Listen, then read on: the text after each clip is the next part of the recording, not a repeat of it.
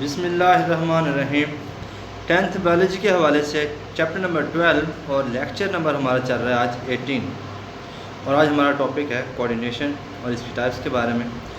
Coordination है क्या? Coordination actually एक दूसरे के साथ ताउन का नाम है। इंसानी जिस्म में या बाकी जो मल्टीसेलुलर ऑर्गेनिज़म्स हैं उनकी बॉडी में जो ऑर्गन्स हैं, जो टिश्यूज़ हैं, वो अकेले काम नहीं करते, बल्कि किसी भी टास्क को परफॉर्म कराने के लिए वो सारे के सारे आपस में मिलकर काम करते हैं। और इसी तरह ये जब मिलकर काम करते हैं, इसी को नाम देते हैं कोऑर्डिनेशन का। The tissues and organs in the bodies of the multicellular organism work together performing their main task as the need of the whole body. पूरी बॉडी को जिसकी ज़रूरत होती है वो टास्क जो भी परफॉर्म करना हो वो मिलकर करते हैं। तो इसी चीज़ का नाम है कोऑर्डिनेशन, यानी कि मिलकर काम करना ऑर्गन्स का और टिश्यूज़ का।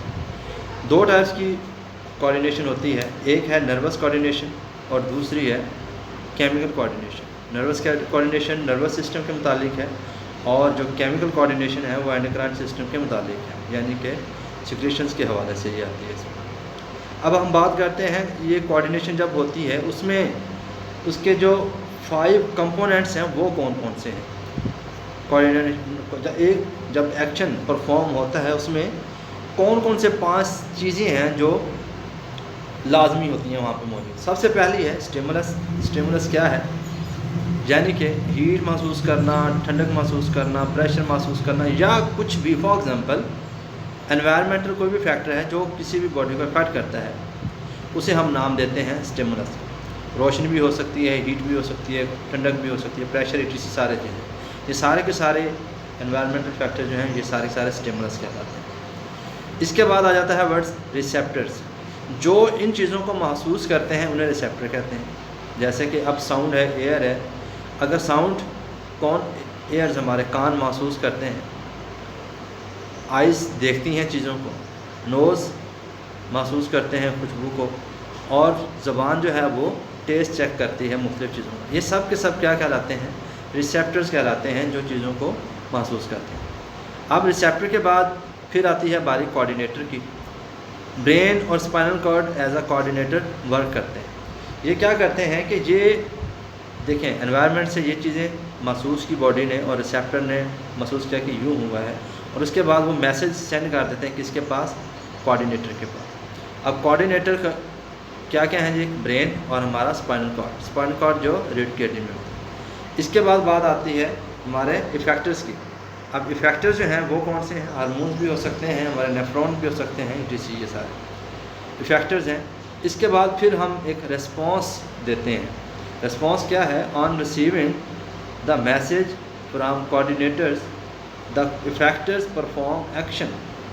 कोऑर्डिनेटर फिर क्या करता है? यहाँ से ये ब्रेन वगैरह के पास जैसे ही ये यहाँ से मैसेज आएगा, उसके बाद ये एक मैसेज वापस भेजेगा बॉडी को, और उसके बाद उन्होंने जाके इफ़ेक्ट करना है, काम करना है, और उसके नतीजे में जो काम हमारे सामने होगा उसे हम रिस्पॉन्स कहेंगे। अब मैं इसको एग्जांपल से समझाता हूँ। फॉर एग्जांपल पाँव, एक पिन पड़ी है, इसके ऊपर अचानक किसी का पाँव आ जाता है, तो जैसे ही ये कील इसके बाद लगती है तो अब ये एक स्टिमुलस के तौर पे जैसे ही ये इसे चुभेगी तो यहाँ से मैसेज कैरी होगा फ़ौरन किसे? ब्रेन को।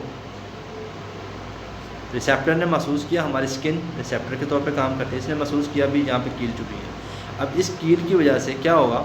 ये जो महसूस होगा ब्रेन को कि कील चुभी, अब ब्रेन फ़ौरन हमारी पाँव के साथ जो लेग्स के जो टिश्यूज़ हैं उन्हें ऑर्डर जारी करेगा कि ये पाँव उठा लिया जाए, बैक कर लो इसे।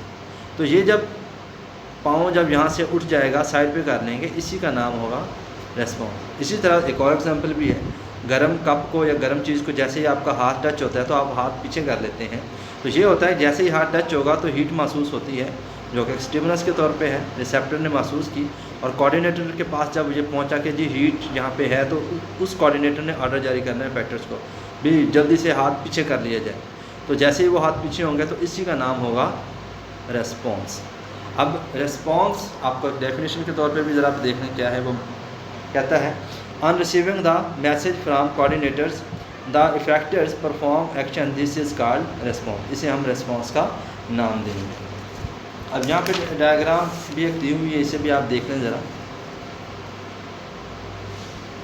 ये यहाँ से मैसेज ब्रेन के पास यानी कोऑर्डिनेटर्स के पास, यहाँ से फिर ये हमारे पास इफेक्टर्स यानी मसल्स ग्लैंड्स वगैरह कुछ भी, यहाँ से फिर वो जो भी एक्शन हमारे सामने होगा उसे हम नाम देंगे रेस्पॉन्स का। ये भी आपने देख लेना है।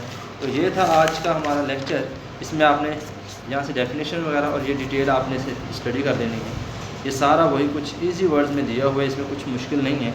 आप स्टूडेंट्स, मुझे उम्मीद है कि अच्छे तरीके से इसे अंडरस्टैंड कर लेंगे। तो नेक्स्ट लेक्चर की इजाज़त, अल्लाह हाफिज़।